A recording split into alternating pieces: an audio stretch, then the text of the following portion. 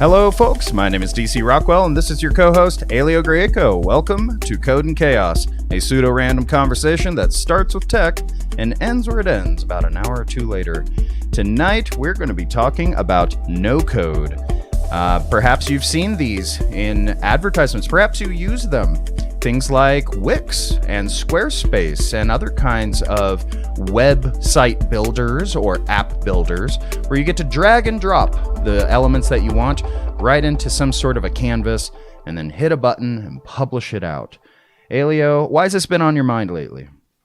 Well, several reasons, actually. Hadn't intended to do this today, but it ties in with an ongoing discussion regarding education and computer science. But yeah, our website, we had a really cool website in Middleman. We were doing a static site. We would build it in Middleman, which is a little static site builder in Ruby. And then we would ship that off to KeyCDN. So it's blazing fast, much more secure than a normal site. You're just downloading files. There's nothing to hack unless you could get our SSH key. So we had that, and then we moved to Wix ourselves because I was the bottleneck. I have a lot of other stuff to do, and if I'm the only one who can make the site edits, it just wasn't working. And so as much as I really loved our super clean, super fast, super efficient, HTML and CSS only site with like one little speck of JavaScript to toggle a button, it just wasn't working because we needed something that everyone could edit on the team. So we had to switch. There are some frustrations we might come back to with Wix, but for right now, we are getting our articles out. It's proven to be a good choice from a business standpoint, even though it's a little bit disappointing from a technical standpoint. But I think that's why this is such a big thing, is that computer science, like if you can program, you have all these cool tricks you can do and all these amazing things, this whole other area of abilities open to you. The problem is that the people who've spent our lives, and both of us, I think, qualify decades of our lives learning all this weird, arcane, just stuff like how do computers work, or in our case, almost work, since we're starting here, over 5 minutes late, because of state management issue. We were trying to get the music wasn't playing through properly, and all we had to do, re-add the same device that's been there that was already added. Really fun. So that's the kind of stuff, though, that learning how to diagnose and deal with all this stuff is literally like a lifetime of effort to get to the point where you can be like, what's happening? Why is it not working? Oh, it's probably some stupid state management thing. Here's what we need to do to fix it quickly, rather than taking another 2 hours. So ideally, though, people that know stuff about things that aren't computers could make computers do useful things for them and their stuff. And that's, at least ostensibly, that's the promise of no code. And it sounds like you've had some experience in your background. So tell us about your no code experiences. Well, my no code experience actually spans all the way back into the 90s. So I'm not sure if you remember this, but it's called Netscape Navigator Gold. And Netscape Navigator, when it came out, they had this special gold edition, which had an editing feature.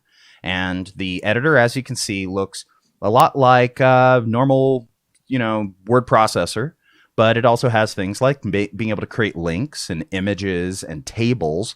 And you could actually drag and drop the, maybe not drag and drop in the 90s, but you would click on it and it would show up down here, and then you could drag it around in your document where you wanted it. And what was cool about this is that this is how I got started with making websites. When I was a kid, I didn't know how to code my own HTML at first, and I wanted to be able to just make a web page. I wanted to make a web page. At the time, I wanted to make a web page that was all about my life. I had a news section in there for people who wanted to learn about news about my 11-year-old self. They're that large audience of people who want to know about that stuff. But the cool thing about it is that it helped me get my start. Then when I started finding some limitations to what I could do with this, I could go in and see the HTML side of this. It has a way for you to switch to the HTML, the code side. And then I started getting snippets from, the internet and being able to paste them in there in order to modify what I wanted to do. The downside to that is that the Netscape Navigator sometimes didn't show it correctly anymore. If you weren't doing it through the front end, you were doing it through the back end, through the code, then sometimes you would get into a point where when Netscape Navigator Gold wasn't showing you what it actually would look like when you published it onto a web page.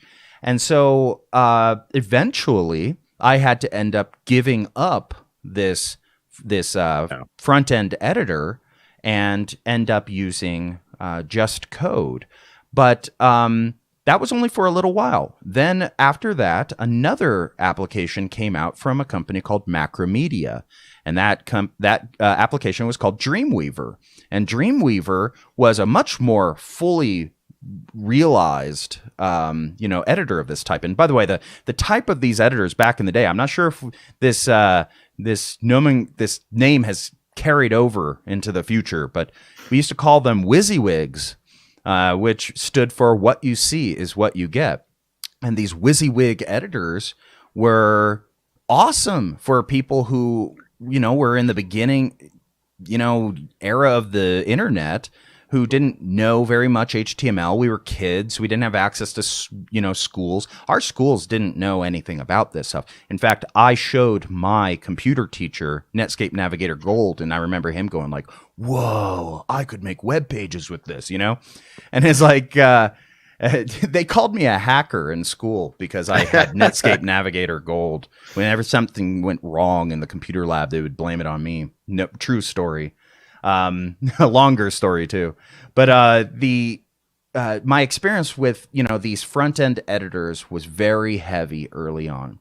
At some point, I wanted to do things that even Dreamweaver wasn't going to support, and suddenly I got into that problem where I would make some changes in the code side, and then Dreamweaver wasn't showing it correctly on the front end. So on those particular at that particular time, I had to make the full switch over to just doing things in code.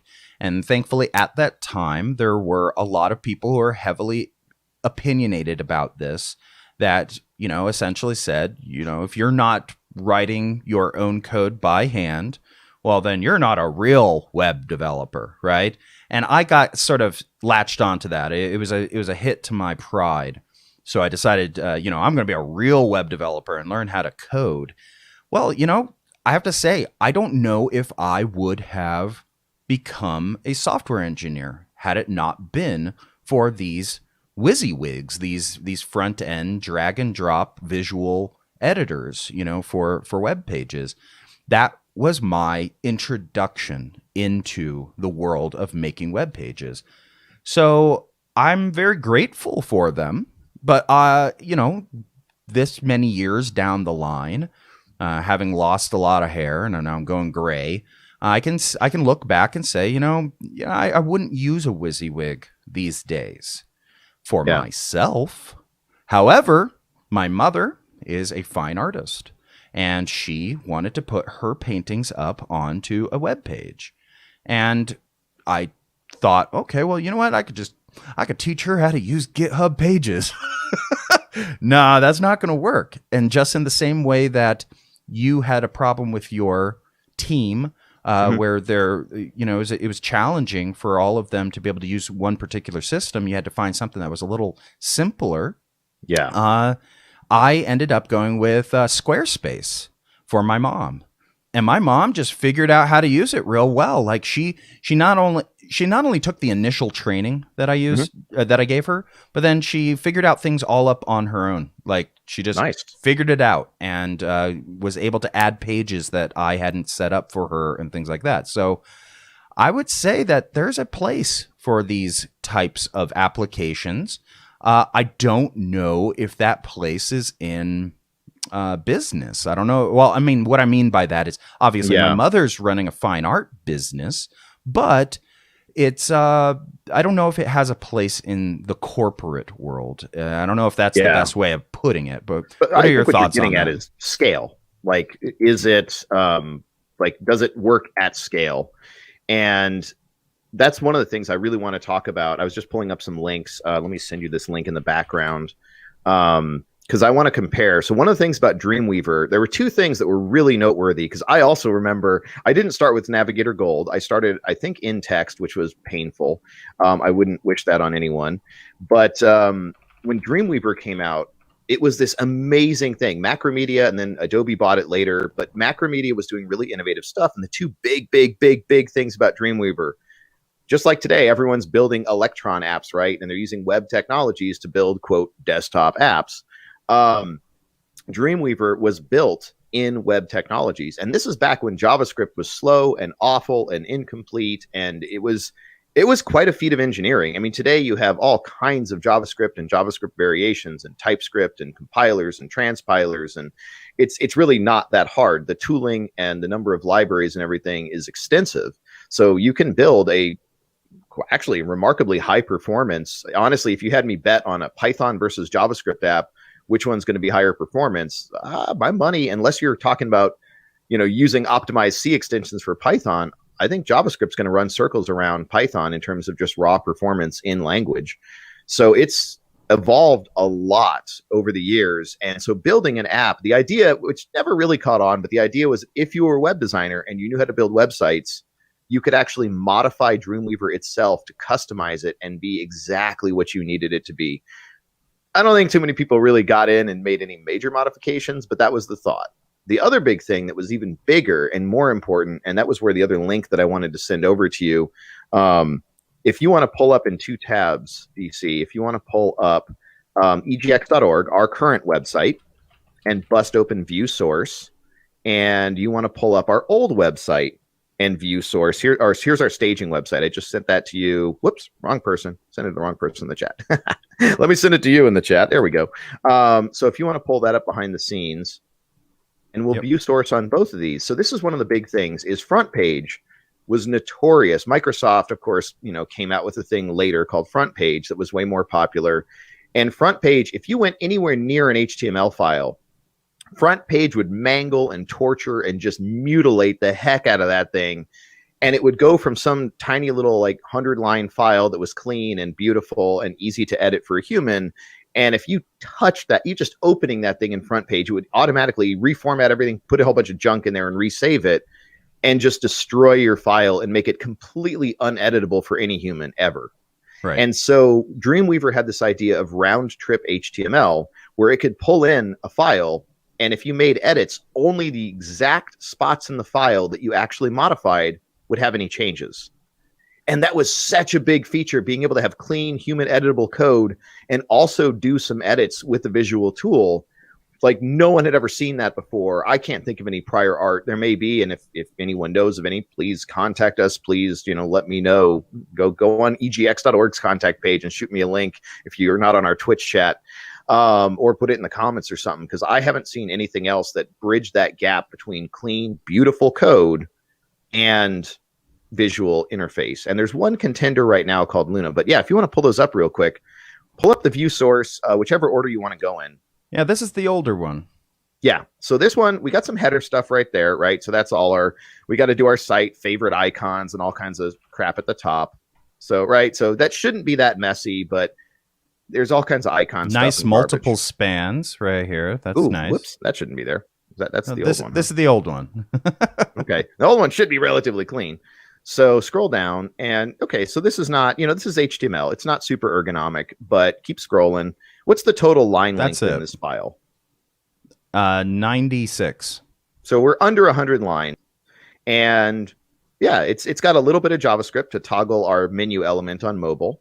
And that's about it. It's relatively clean. I'm actually super embarrassed we had those empty spans in there. I'm like, how the heck did that happen? And no tabs. It's non-tabbed. That's is that Firefox doing that, or? It might be, because it should be properly indented when it generated. But anyway. Well, I bring that up because back in the day, I remember when I didn't know when I first started actually writing my HTML by hand, I was not sure how do you tab? Do you tab on every element? Do you tab, how do you cluster things together? What does good HTML look like? I didn't know. And so I ended up actually copying and pasting my code into Dreamweaver, saving it, which auto-formatted it. and then pasting it and then using that that code formatting to guide me to know what the good code looked like. Which is why today, going back to the great indent in C, like that's why linters, you could try to design your language to make it so you can only represent it one way, like Python, which has some cons, some big ones, or you could just write a linter. And most languages now, most modern languages have what's called the linter, and it'll suck in code. And Ruby has a whole slew of these. Rubocop is the one I use, and it will make it look. Some of them will only make it like Go's linter will only make it. Go format has one format, the one true format, very Python-esque. Whereas Rubocop, and I forget Rust's linter right now, Rust format, they will actually, you have a configuration file and you can tell it, I want the opening curly brace on the same line as the function, or I want it on its own line. And so each project now can have a set of rules saying, here's what this code for this project, for this team, it should look like this. And then you can just auto run the linter, and no matter who writes the code, it will look the way it's supposed to look for that project. And that's a big thing. And we'll come back to that because how that interplays with visual coding and no code is a really interesting question. So bring up the other page now, bring up the view source of our current Wix website. And so this one, oh, good, they did indent it, but we got a whole bunch of JavaScript that I'm not sure why is in there. And you can see a ton of extra scripts being loaded. Again, don't know why all that's in there. I can see all this. I can probably figure this out. So you have Lodash being loaded up here. That's just a helper. Keep in mind, this is basically a static site. So why we have this much JavaScript in a static site? Well, okay. So Lodash here is just a way for to do common things in JavaScript simply. Then you have here, it looks like I don't know why you need performance. I don't know if that's for monitoring performance or perhaps what, but I didn't performance put that in there. API. Okay. Right. So there's a no-op function being developed. There's no way to turn that off, I don't think. But anyway. Right. Okay. So yeah, I'm going to bet you it has something to do with page load times and things like that. So initial timestamps, stuff like that. Then we have a lot of stuff. We have the stuff from Wix, which is their Fed ops. Who knows what that is? Thunderbolt, Wix Thunderbolt. There's a bunch of stuff from Wix. We have Sentry here, which is interesting. Sentry is an application which will log errors into a main system that probably Wix can deal with. So if your site was generating a huge amount of errors, it would come up on their corporate dashboard. Yeah. Then you have... Well, you'd hope. We actually had an issue with PayPal integration that they outsourced through another company, and we had to re-embed the original PayPal donation widget because I'm not going to wait a week or two for them to fix their stupid little widget from a third party. So whatever. Just thankfully, we could still embed raw HTML into the Wix site. Otherwise, we'd be in big trouble. Yeah. Some more Wix code. So there's a lot of custom Wix code going on. Regular React being and where are we? We're just passing into the 100-line mark, and we haven't even hit the page body yet. Right. We're only talking about like dependent scripts being loaded so far. Some more, I think, Thunderbolt, I think, is a Wix thing, or maybe it's just something that Wix is using. It says Wix Thunderbolt. And that was preloading pre-scripts. Now we're getting into the real scripts. So this is... oh, look, I see React. You can't have a modern website, no matter what it is, even if it's static, without React. It's so trendy. You've got to have React for some reason. Well, I'm certain that it has something to do with Wix, and I'm sure the reason why they have React is because Wix probably makes it so this way. If you, and maybe this isn't a feature that some people would want, but I could imagine. So imagine somebody in your company is changing things on the back end. They're editing pages and they hit save. Well, then the people who already have the page loaded up on the site, it would automatically update the site without a reload. Yeah, I could see that because I know Middleman and Rails do similar things in the preview mode where they'll automatically swap out the DOM with changes. But I don't think so. Like, I don't know how much you'd want a page like pushing new changes while people are on it, while visitors are on it. That seems like that could create some problems. And then, well, I mean, if you don't, then you're right. If you don't want that to happen, then the question becomes, why do you need React? Because the whole Yeah. point of React is to have a reactive, to have reactive elements on Yeah. your page, And which keep means in that mind- when the data that's driving those elements changes, then it re-renders them automatically. And keep in mind, this is replacing a static website. This is basically a translation of a static website into Wix. We weren't trying to add a lot of functionality. We were just trying to move it over. So this is like the reason I pulled up our site is this should be considered kind of the bare minimum for when you transition from a lean direct framework for static site generation into a no-code solution. One of the things you're going to get, and what we're seeing, and we're now on line 200, so we're at twice the page size, and we're not even quite at the elements yet. So what you're going to get all these teams working at this huge company, and they have to build a site that can work for potentially anyone on their platform. So there's a ton of bloat in here that has nothing to do with our website, that is just trying to accommodate anyone who ever might want to build a Wix website and make it work for anyone and everyone. And because we don't have our own team to optimize, we end up leaving in a lot of stuff that just doesn't need to be there because it's not how we're using the site. But who knows? We might use the site that way in the future. And so, yeah, here's the title. We're not even out of the header yet. Line 256, and we are at the title of the page in the header when the entire page on the old site was about 100 lines, like unoptimized. Yeah, line 256 is the first line that actually deals with any content for the entire site. So, yeah, that's a huge amount of code, being loaded up here. I'd be interested in maybe seeing how fast that loads. Actually, I guess we can just do that. We can just pull up egx.org here, and then let's go ahead and inspect the site here, and we're going to go to network, and we're going to reload it. Quick tip while you're loading this for people that don't know, because I didn't initially realize this: view source, like Command U, versus the inspector. The inspector will kind of lint it for you, and it will render it as an actual tree with proper indentation and all that. But sometimes you still want to see what's really going on. Go to view source. We'll give you the raw HTML source with all the line breaks or lack thereof in the page. Just a quick tip for anyone doing forensic analysis on a site. Well, at least in this case, it's not so bad, actually. It's a 1 second page load for the whole entire thing. So your whole site loads in 959 milliseconds. Which by today's standards is not horrible. So credit to Wix for getting that's their pretty latency good, down. actually. But yeah. I wonder. Well, I can't have you pull up the old site because I don't have the URL mapped and I don't remember it off the top of my head. But we were using CDN, a global content delivery network, which has a whole bunch of edge locations optimized for ultra high speed serving of content. So I would hope a CDN should be able to hit 50 less than 100 milliseconds for a page load. So anyway, we've lost an order of magnitude, but it's still by today's standards, still an acceptable load time for the site. It's very, very, very acceptable, actually, because most people won't leave your site for 10 seconds. That's only those are the people who are the most strict about it. Most people will wait 30 seconds to, up to about 30 seconds. You start seeing significant drop off from 30 to 60 seconds.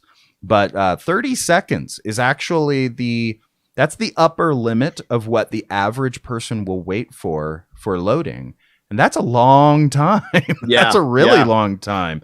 Some people who prefer snappier sites won't wait longer than 10 seconds. So you get about 30% drop off after 10 seconds, and you get about 70% drop off about 30 seconds. There's a really good article because Google introduced a thing called AMP. And throughout the history of the web, you had HTML, and then later you had JavaScript style sheets, JSSSS, and then CSS. And at the beginning, we didn't know, is JavaScript going to win? Is CSS going to win? And CSS won out. And then ironically, JavaScript got super popular, and you need JavaScript for damn near every site anyway. So looking back, maybe we should have let JSSS win out and just have 2 languages per web page rather than 3. And CSS, interestingly, is now Turing complete and potentially a security issue as well. I've seen some exfiltration techniques using CSS that can actually send data like passwords and other sensitive data home via just CSS, but we'll save that for another security focused show. But you've had all this stuff, and then we got mobile, early days. We're talking like the late 90s, early 2000s. We had WAP, web application. Was it web application protocol or wireless something pages? I'm trying to remember the acronym, but it was WAP, and it was like this really, really cut down, super lightweight. Pages had to fit under a kilobyte or something. So you could get these little tiny text summaries of pages on the tiny little screen. This is pre-smartphone. So your screen was, maybe, I'm trying to think, like 100 pixels by 100 pixels or double that. And we had that. And then we finally got smartphones where you could actually load a full page on the phone. And then as pages continued to bloat and grow and grow and grow, then Google a few years ago released AMP. And AMP is not an acronym, I don't believe. Or no, it is. It's Accelerated Mobile Pages. So I don't know if they've backronymed it. Anyway, it's once again a subset of HTML to try to get it to load faster. And there was a great article. There's been a series of articles. One of my favorite was The Web is Doom. And this guy measured the size of modern web pages. What is the total page size with all the crap it pulls in for JavaScript and CSS and everything else? And a lot of the major, like, what's the Nielsen rating for sites? I'm blanking on that right now. Nexus? I don't know. Well, anyway, they rank the top. I'm totally blanking on it, but they rank the top like million websites.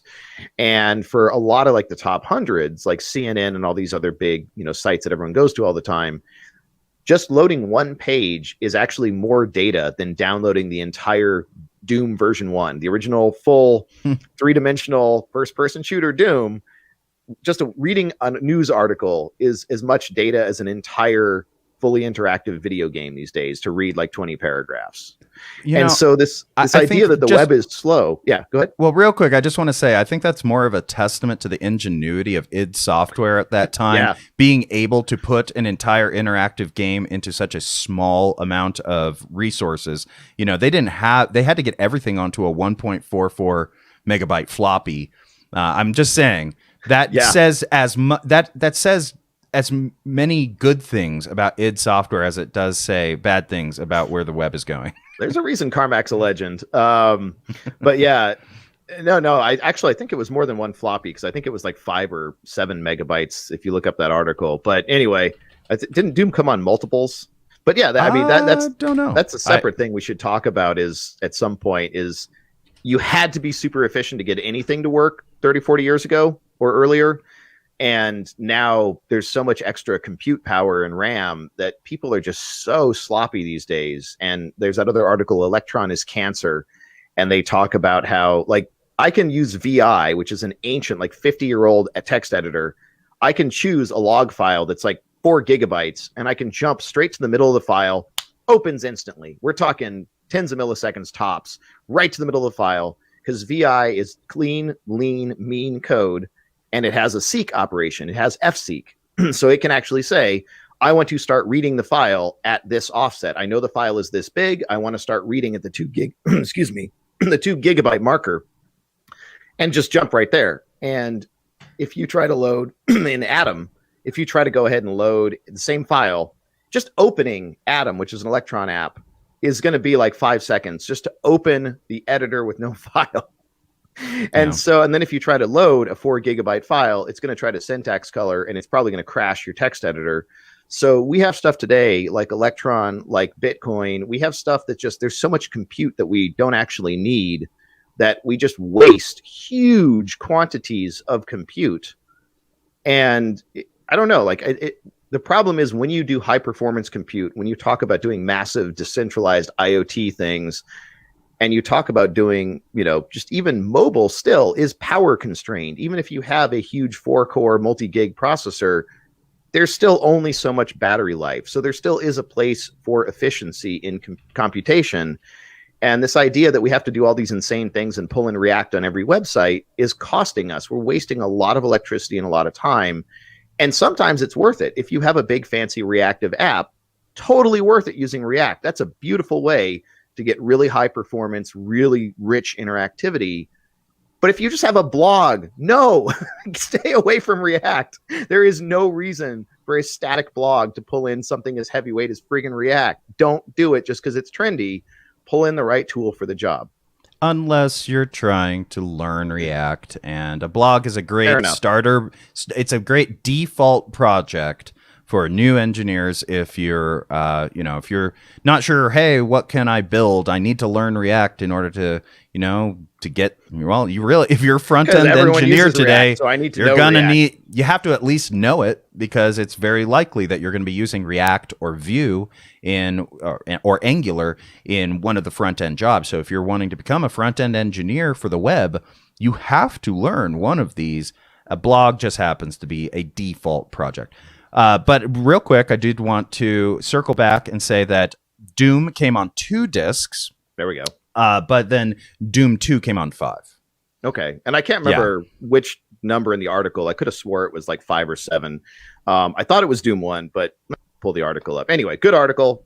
The Web is Doom was the title. Strongly recommend people take a read. And there's been plenty of others about web bloat. And it's what's the law? There's Moore's law, there's Kreider's law. Oh yeah, and then there's Wirth's law. Some people call it Gates's law, but I prefer Wirth. Nicholas Wirth, much more interesting from a computer science background than Bill Gates.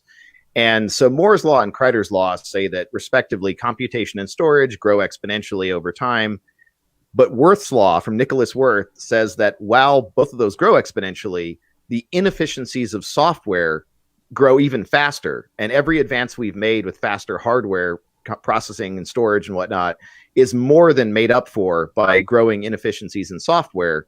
And so today, even though your computer is literally 1 million to 1 billion times faster than a computer from 30 to 40 years ago, it actually boots the same amount of time. Still takes minutes to boot, or it even boots slower than machines from decades ago because of Wirth's law. And that one, sadly, is holding. Yeah, here's Wirth's law on Wikipedia. And Wirth is attributed to saying to Martin Reiser, who in the preface of his book on the Oberon system wrote, "The hope is that the progress in hardware will cure all software ills. However, a critical observer may observe that software manages to outgrow hardware in size and sluggishness." He states that the 2 contributing factors of the acceptance of ever-growing software is rapidly growing hardware performance and customers' ignorance of features that are essential versus nice to have. Very Savage. well put. Very well put. So since we have about a half hour left, I don't think we're going to have time to get through all the topics I wanted to get through. And I haven't had time to organize these, but I do want to touch on some of the pros versus cons. And I want to be careful to not mix up no code versus visual, because I don't think they're exactly the same thing. But we touched earlier on in the show, you talked about getting started and how you probably wouldn't have gotten started had it not been for Navigator Gold and Dreamweaver. But I have a little list here that I've shared with both of us that we might have to publish this as an article, because I think articles lend themselves more to like deep analysis, and podcast. It's fun doing this free form, but this might actually be worth a deeper dive. So at some point we might fix this up into an article for egx.org. But yeah, how do you want to go through this? Is there any section you want to kind of dwell on, or do you want me to just kind of start where I think we should address, or what? Well, I think we've addressed the pros pretty well. No code means you don't have to code. It hopefully solves the majority case and has smart presets for folks like my mom, and for other folks, in other other teams that may not want to write code in order to update their websites.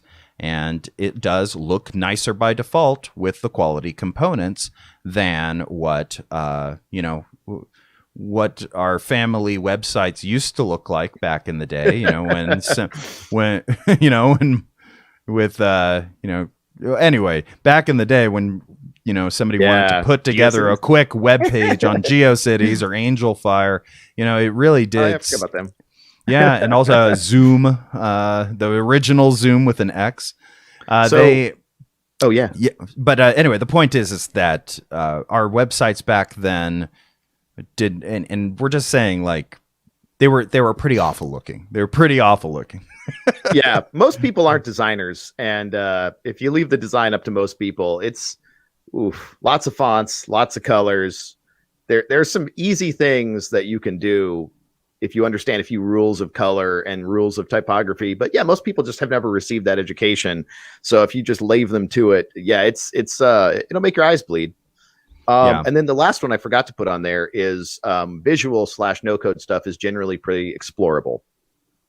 If you need the docs, which is a lesser thing, you can kind of poke around. This is one of the downsides of textual languages, is if they don't have really good docs, then finding the function you need to solve your problem can be kind of tricky.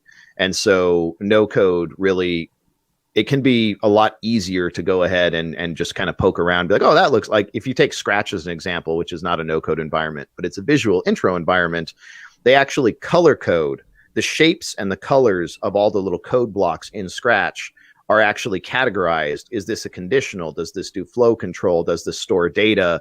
Like based on, once you start understanding how programming works in the computer science, exactly what color or shape of block you need, and so you know exactly where to start looking just by, well, I need a conditional. That's going to be a turquoise. I think those are turquoise blocks.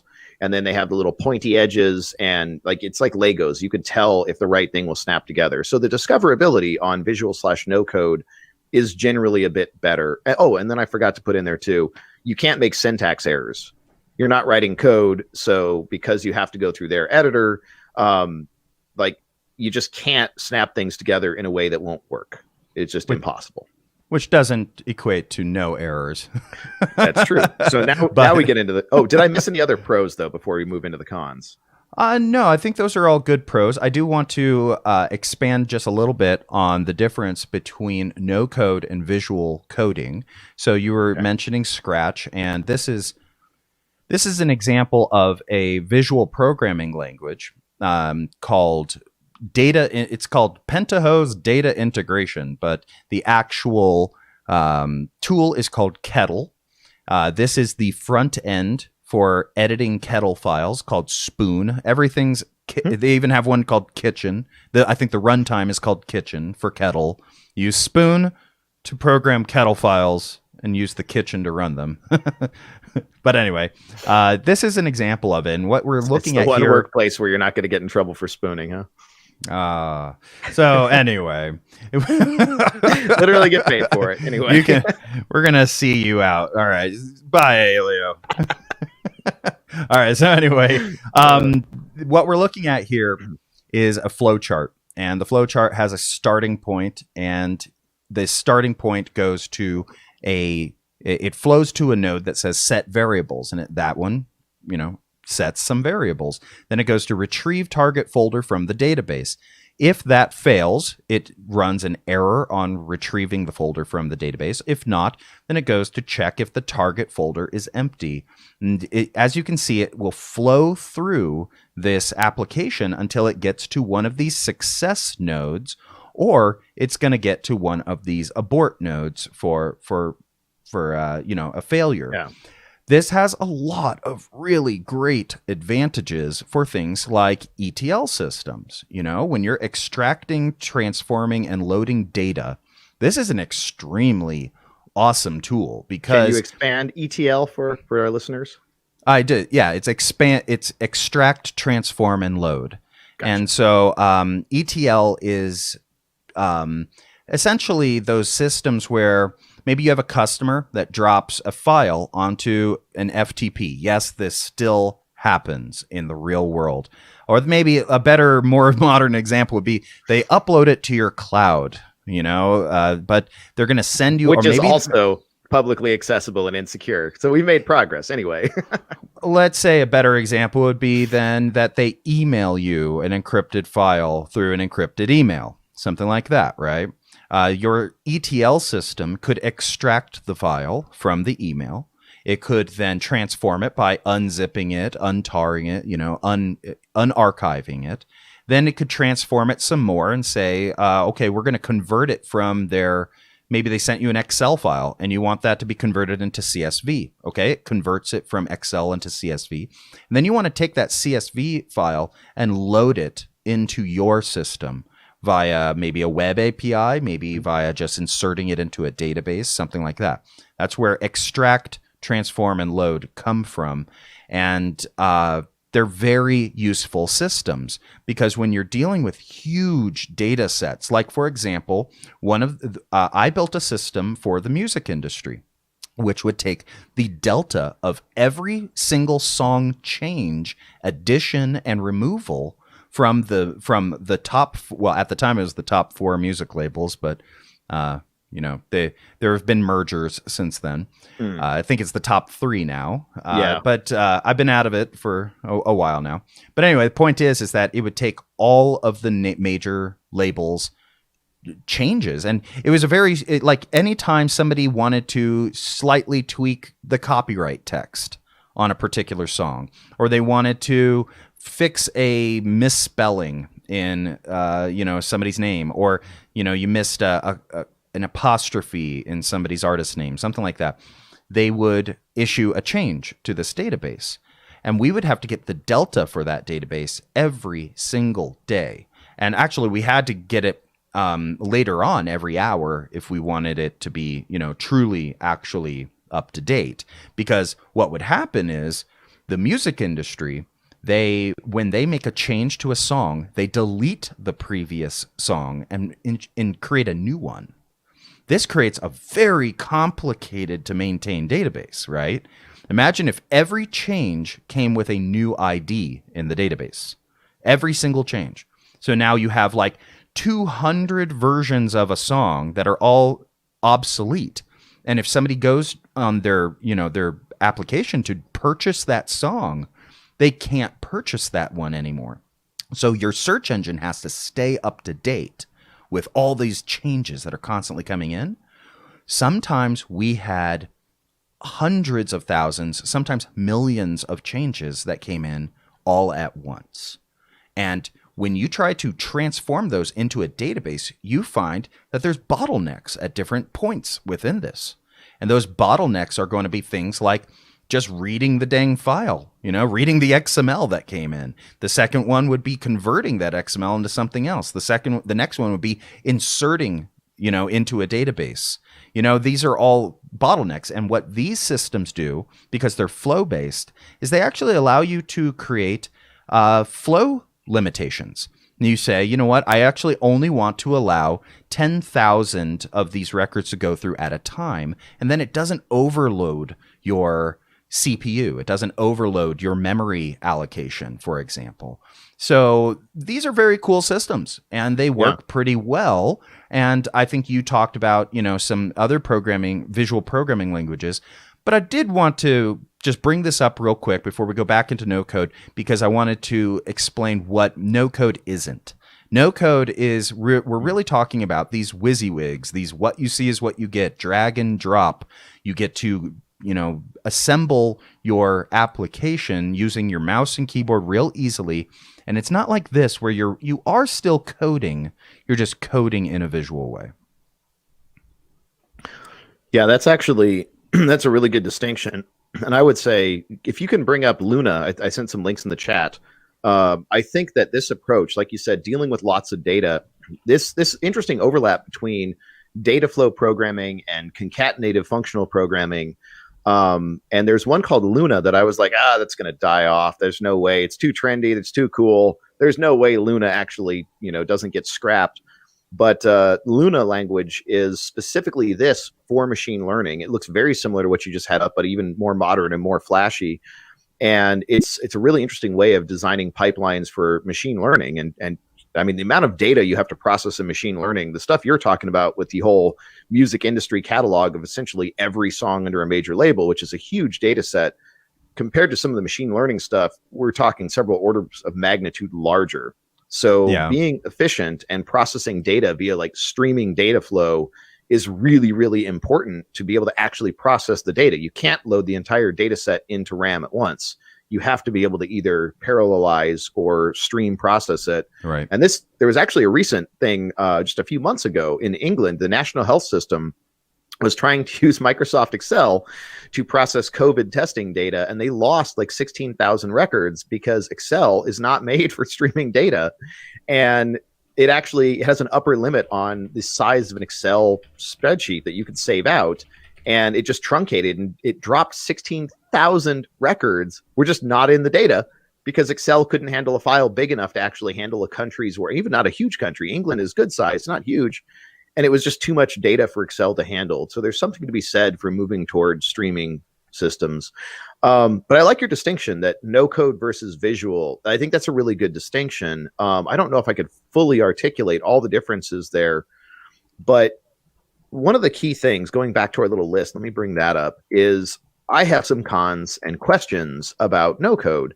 And the most basic one is you still have to understand the problem. No matter what you're doing, no matter how you're telling a computer how to deal with a problem, if you don't understand the actual problem, and importantly, don't understand, what are the edge cases? When do things go bad? Like the difference between really robust code and code that's just terrible and awful and buggy is how many failure cases have you taken into account? And can you gracefully handle those? Or does every one result in, I'm not even going to say worst case. Does it result in a hard crash? Or worst case, does it actually keep doing a thing and give you bad data, which I would say is actually worst case when the program does the wrong thing and pretends everything's fine. So that's something that there was a great little, I think it was on LinkedIn. There's a great little thing about, this really simple math problem of, when Sally and Bobby were, 4 and 6 years old, now they're this many years later. And, now Sally is, 40 years old. How old is Bobby? And someone's like, oh, it's just this plus this. They're 2 years older, so he's 42, right? Real easy. There's this whole paragraph that I rather enjoyed. And he's like, maybe. But maybe, because birthdays don't happen, there's finer granularity than a year, depending on when in the year you're talking about. Maybe they're actually 1 year apart. Or maybe their ages are, 3 years apart. Or maybe, if you want to get dark, maybe one of them passed away. And so, there's a bigger difference. One's not alive anymore. Or maybe if you want to get really insane, Sally got accepted into an astronaut program and she's trying to faster than light drive. And so time dilation has caused her to age almost not at all. And, Bobby has aged 1,000 years. Sally's still slightly older than when she got on the spacecraft. So there's all these edge cases. And depending on how far you want to take it, like there are a lot of normal edge cases that happen all the time. And if you don't take those into account in your software, no code or not, there's going to be problems. You have to understand. You have to at least think a few levels deep of, what if? Because more normal people hate when you point out, well, what about this? What about this? And they get really annoyed. Well, just be positive. Stop pointing out problems. It's like, okay, that's great. In your day-to-day life, it's fine for you to be optimistic and ignore all the edge cases. But if you're engineering something, you need to be in tune with what are the edge cases and what are you going to do about these edge cases? Because depending on what you're building, best case, you're building something trivial. And if it crashes, I actually had an engineer from Shodan at a security conference, and we got into the necessity of having like really strong type systems and whatnot. And he's like, oh, no, it's a waste of time. It adds too much friction. I'm like, okay, but if your stuff crashes, that's a problem. He's like, nah, it's fine. And I wanted to argue with him, but I'm like, yeah, no, I guess you're right. Like for your product, for Shodan, if I can't pull up search results for the entire internet for IoT devices, yeah, no one's going to die. Like, and I probably don't have your stuff integrated, yeah, I guess it really doesn't matter. If Shodan goes down for an hour, yeah, it's not a big deal. Whatever. You guys can use crap coding practices and it doesn't really matter. But if it's a self-driving car and it doesn't break when it should have break, yeah, you're going to end up killing someone. So it really does matter that you have to think through all these edge cases, and it better fail safe. It better not just like do whatever and who knows what happens, undefined behavior. I think that's a great segue back to something that you were just saying, which was you were discussing the problem with Excel spreadsheets and the COVID data. And I did find something today when I was doing the research today, and it's very interesting, which is that it turns out John Hopkins used Pentaho's kettle in order to solve that problem. And so they did use this same application that we used for the music industry to solve our problem with, having to stream the data into databases. I thought that was very interesting. And then also I wanted to show Luna here also still uses Wysiwygs. So I'm pretty happy about that as well. But this is Luna, and essentially what we're looking at here is the same sort of thing as what we were looking at with Pentaho, only with a much more capable front end being able to show in real time how the data is flowing through the application. Now, I've never used this, so I don't know what the limitations of that data flow actually are, whether or not it can handle humongous data sets, or if it's going to truncate it to just the first couple of, records, or I'm not sure. There's a lot of things that I'm interested in. It is, unfortunately, isn't this an unsupported language now? I thought it was still going, but I haven't checked in on it recently. It was a few months ago. It was the last time I looked in on Luna. And I saw it pre 1.0, and I thought it was going to die and just disappear. And then it got to at least 1.9, and I'm like, oh, wow, it's still going. Because it appears to still be going. It's called Enso language now, but there were changes 5 days ago. Oh, wow. Okay. 10 so days still ago, active. so still active, yeah. Well, that actually brings us to one of the other points. And again, we're not going to have time to go through all these. There's too many. But some of the questions I have is the licensing. Like, if you're using these no-code environments, can you use them offline, which is something worth thinking about, because that leads to bigger issues of, do you actually own? So do you own the code? And in a lot of cases, one would hope, yes, the code you build, you own. But the problem is, just because you, quote, own the code, if you don't have any way of exporting that code and using it aside from the, the web interface provided to you by the no code, do you actually own? Does it matter that you own the code? Because if you can't keep your own code, if you can't migrate to other systems, like if I write something in Ruby has a very open license, as do most programming languages that are widely used. I mean, this is one of the reasons the D language never, took over from C. It's an amazing language, but it's not an open license. And people are like, yeah, no, I'd rather just stick with C and know that I own my code and I'm not tied to any other organization and their whims of how much they want to charge me or whatever else they want to do. Like, I want to own all of the product I'm building. I'm sinking in months to years of time. I don't want to be at the whim of some external corporation. That's another failure mode I don't need. I think that's a super valid point. If you look at any integrated development environment or any real capable code editor that's out there, Visual Studio Code, Sublime, even Atom, even all the RubyMine stuff or the JetBrains stuff. You look at all of them, actually. All of them have the ability to build plugins for them to extend their capability and integrate them with different kinds of tools. Those who don't have that died off.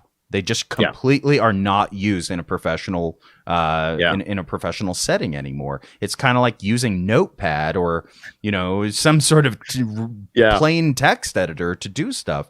Sure, there's still people out there who think that that's like a man's sport, but it's not. It's very inefficient. You're not going to get things done, and you're not going to keep a job on our kinds of teams, very long if you're busting out Notepad in order to do your work. But that said, we do have like 7 minutes, and you have a huge list of questions for no code. And I do want to at least bring up these questions. Okay, go for it. Before we go. And then at the end of it, you can choose to filibust the rest of the time, however you would like. But some of the big questions here would be like, can you...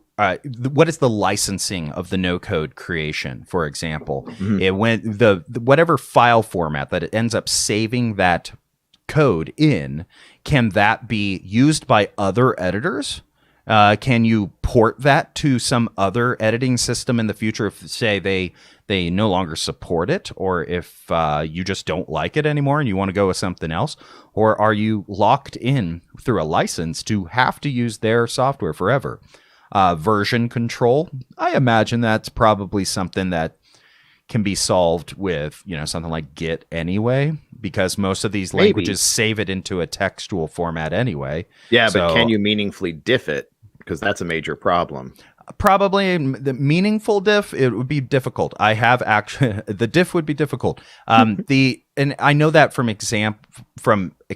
The Pentaho kitchen files, they're or the kettle files, they are actually written in XML, and you do a diff on some automatically generated XML, and it's not super meaningful. There's some a little bit difficult.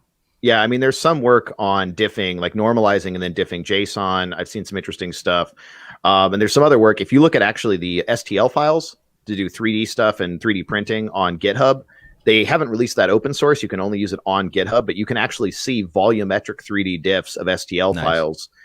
So it's not an insurmountable problem, but right now diffing non-textual files or even just structured textual files is a really hairy problem. And diffing is super useful. If you're going to accept changes in to the master tree and then push that out to production, you want to know. You don't have to dig through the entire thing. You want to be able to say, oh, here's what they changed. Oh, cool. That looks reasonable.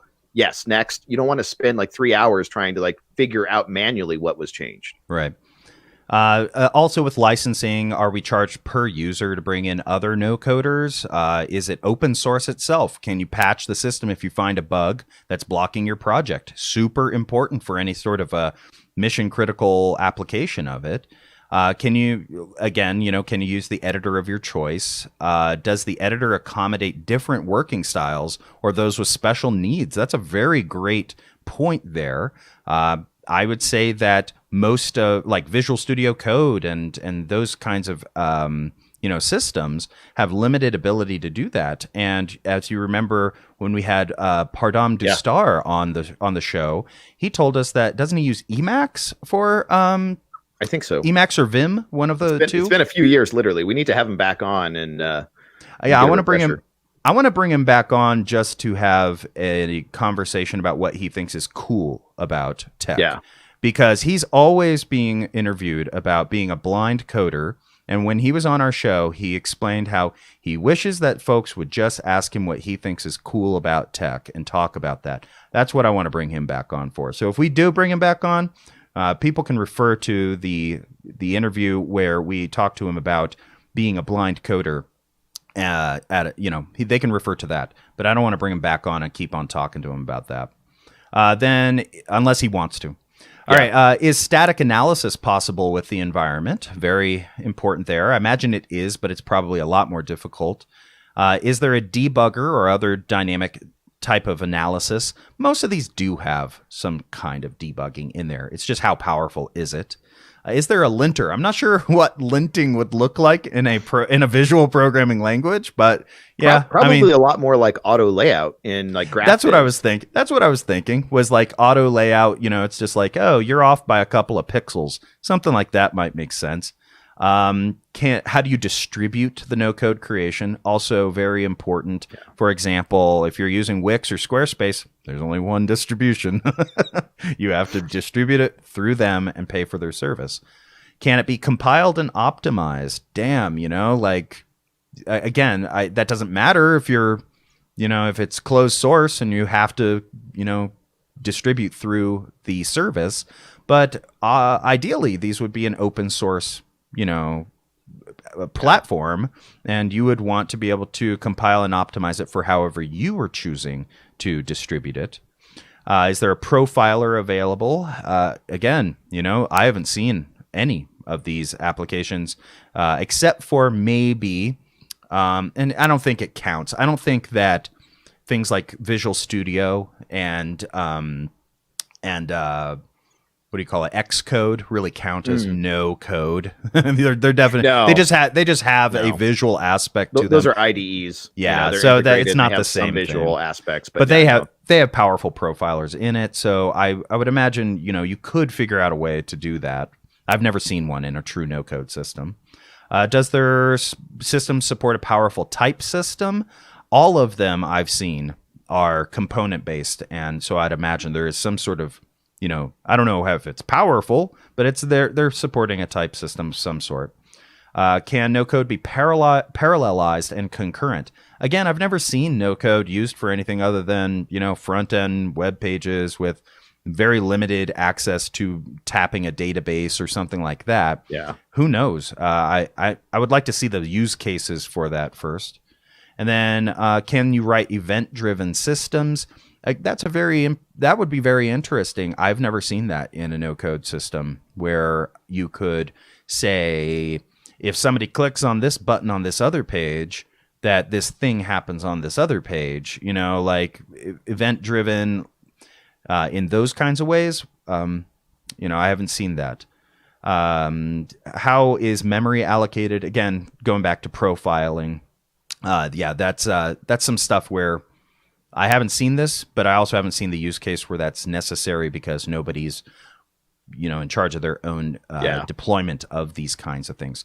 So those are and I think we even skipped over a couple of them, but I tried to pull out the most important questions about no-code systems. And I think we'll have to leave that up to the answers to those up to the audience to sort of mull around. We can always do another episode if we'd like to follow up and I definitely do a like deeper to follow dive up on the visual and compare Luna to Paine and Chris Granger's now defunct with Eve programming environment.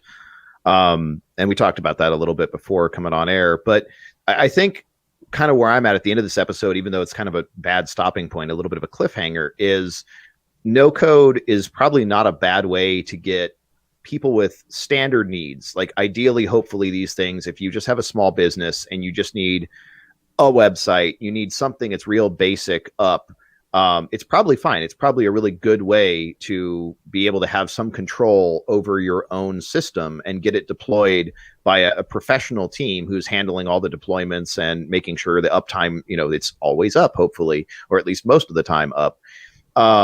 It's a good way to kind of outsource that and maintain a lot of control and be your own SME or subject matter expert who can actually make the thing do what it needs to do, because hopefully you understand the problem you're solving.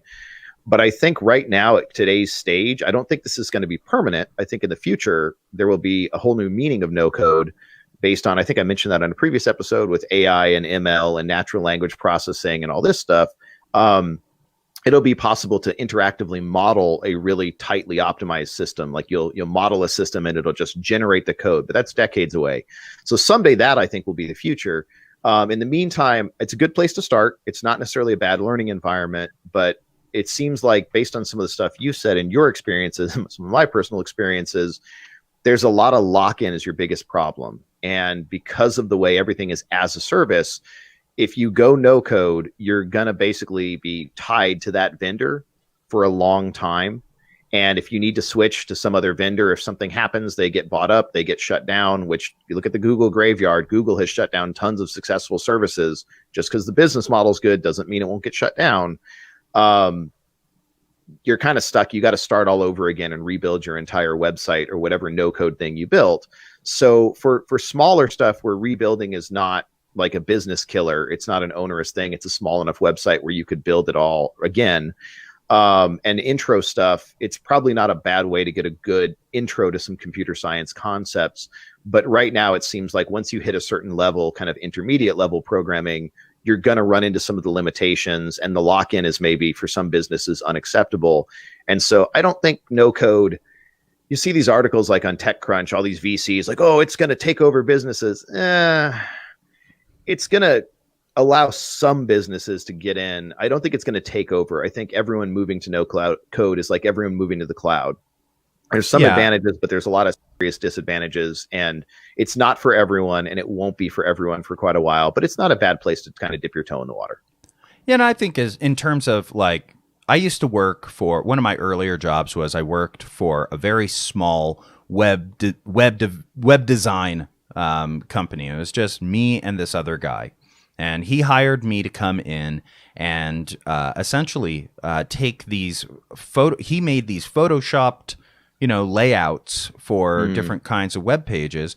And then he wanted me to take those Photoshop files and turn those into actual web pages for him, right? And this is how he was doing it. Essentially it was a form of no code for him. It was just a very, very costly version of it where he no coded in Photoshop, handed me over this template, and then told me to make that work, And this is just like, I mean, you're pointing out something that is definitely worth mentioning. Serverless and no code that's the wrong term. It's really annoying that people are using this. It's not that there's no code. It's not that there's no servers. There's more servers than ever. There's more code than ever. You're outsourcing that. And what the trendy meaning of no code is, instead of you hiring someone like me or DC to be your no code translator, to, bespoke like make a bespoke application that does exactly what you need and fill in the gaps and really get to know you and what your needs are and build exactly what you need and use human intelligence to do that, you're kind of outsourcing it to some team that doesn't know you and doesn't know your individual needs and is giving you some kind of, a set of Lego blocks and like, well, whatever you can build out of Legos, you can hopefully solve your problem yourself by snapping these Legos together. And if it's a standard problem, like building a CRUD website or just a blog or something, it's probably going to be okay. But if you have needs that are more intricate, like, yeah, someone's got to write the code. It's not that there's no code. You're outsourcing it to someone else. And what level of service are you getting? And yeah, not every meal needs to be, a bespoke 5-star personal chef meal. There's a place for fast food. So no code, I think, is maybe the fast food of programming. Sure. But I think, I don't think it's misnamed. I think that you're just looking at it from the wrong role. It's not for the engineer. There's certainly code still involved. There's certainly servers still involved. But for the end user who's using these, they're not dealing with servers. They're not dealing with code. And so from their perspective, there's no code. It is serverless. And so I think that is really, that's where the naming can be argued both ways. But I don't think it's super. Maybe serverless is a little bit more. Because you're still uploading stuff, but you aren't directly dealing with the servers. So I don't know. I'll still take it. Serverless. Plenty of servers involved. They're just, you have no conception, no ability to do anything with or about them. But yeah, lots of more servers than usual. So this brings us to the end of our show, folks. But I do want to give a shout out to That Your Fan in our chat, who said, if there's a will, there's a way to get Doom running on whatever. And Alio posted this link here, which is Doom running on a pregnancy tester that has a little tiny screen on it. And it is certainly running Doom on the screen of that pregnancy tester. And the best part is that pregnancy tester still uses the same little strip of paper. It just has a computer capable of running Doom to show you a little animation one way or the other. Yeah, the screen on it's very interesting too. It doesn't look like square pixels. I'm not sure what kind of screen that is, but that's pretty cool. Very neat. So anyway, everybody, thank you for tuning in. Thank you for listening to our conversation about no code. Alio and I have discussed it, and we are going to move to a 5-episode-a-week format. So we haven't figured out the days we're going to be doing that recording yet, but it will be, we're going to level that out over the weekend. We're definitely recording tomorrow, and so tune in for that because we have a guest on the show that we'll be interviewing all about cloud computing, and it'll be a very interesting show. I don't think it'll go in quite the direction that you think. It's going to be fun. Yeah.